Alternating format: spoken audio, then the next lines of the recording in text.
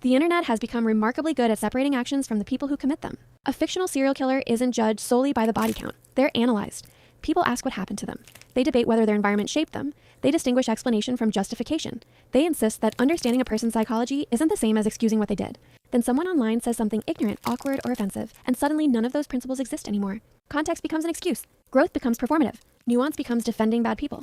It's an interesting contradiction because people clearly are capable of complex moral reasoning.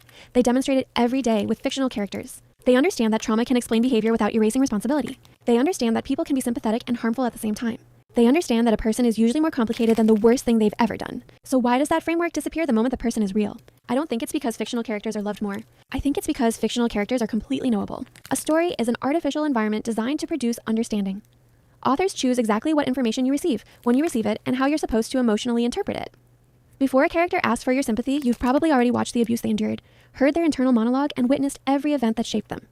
Their psychology isn't something you have to infer. It's something that's been deliberately presented to you. Real people don't work like that. You don't meet someone at the beginning of their character arc. You meet them halfway through a life you know almost nothing about. There is no narrator explaining why they're insecure.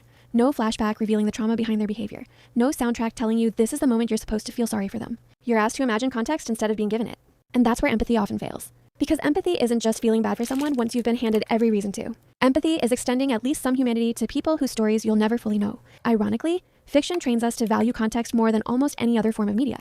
Entire communities spend years dissecting motivations, symbolism, trauma, attachment styles, and moral ambiguity. Yet, online discourse often treats real people as though context is irrelevant, as though a single screenshot can summarize an entire person. That's the contradiction I can't get over. The people who argue the loudest that fictional characters deserve to be understood are often the quickest to insist that real people don't.